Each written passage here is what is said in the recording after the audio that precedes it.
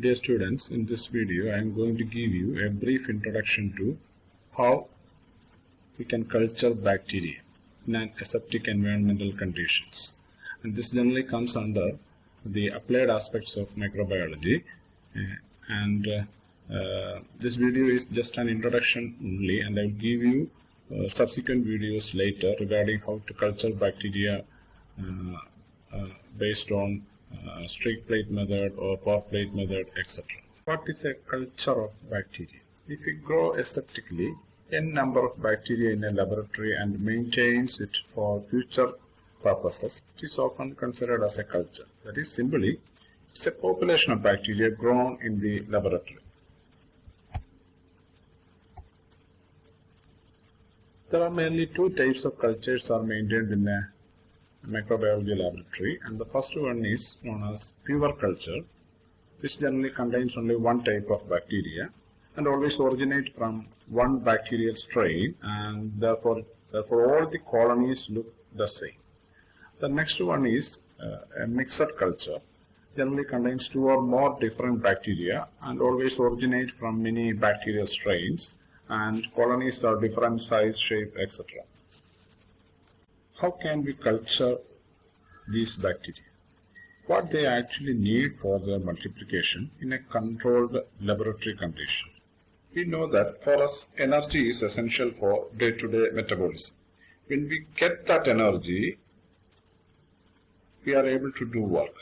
So where we get that energy? It's from the food that we consume. Similarly, bacteria also require food for their growth and multiplication. So we should provide it in a laboratory condition. This is given through media, or otherwise known as culture media. These culture media are basically classified based on their consistency, their composition, and their purpose.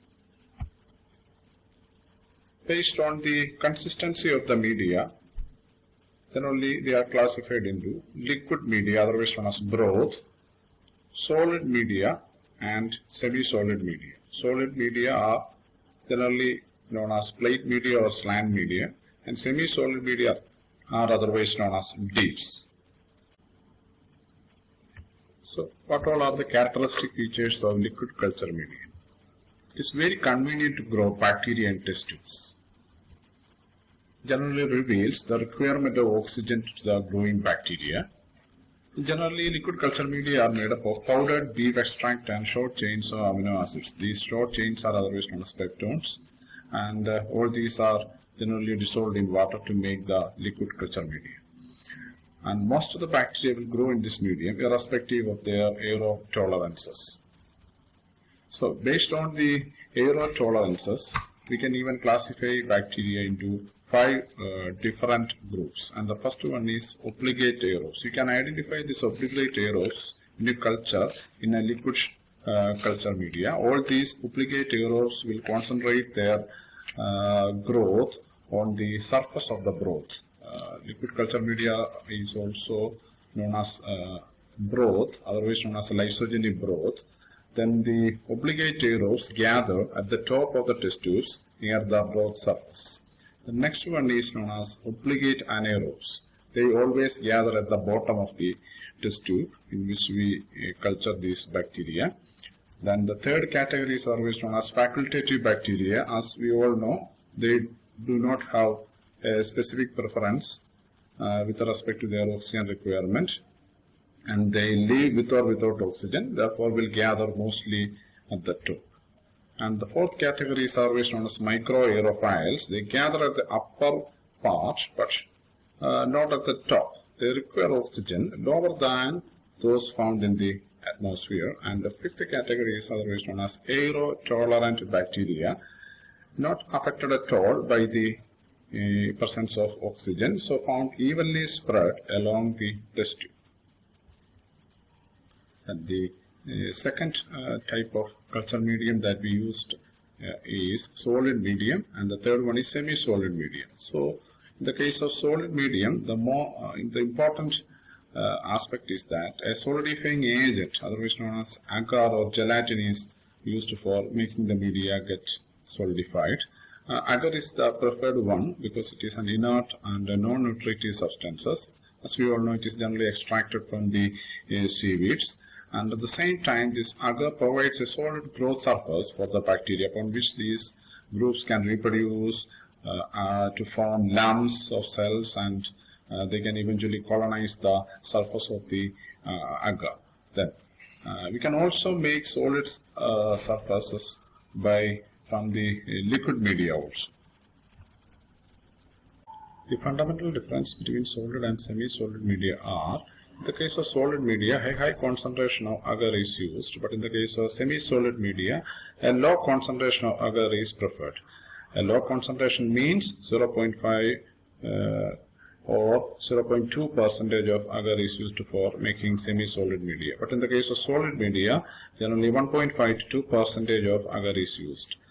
Another aspect regarding solid media is it is generally used for the identification and the characterization of the colony morphologies of microorganisms under culture. And in the case of semi-solid media, it is generally used to determine the motility of the bacteria. Based on media composition, we can classify media into two, that is, defined and undefined. In the case of defined media, we know all the quantities of ingredients used for making the media, and we provide trace elements in known quantities. We also provide carbon and nitrogen sources and also vitamins required for the successful multiplication of the microbes in defined quantities.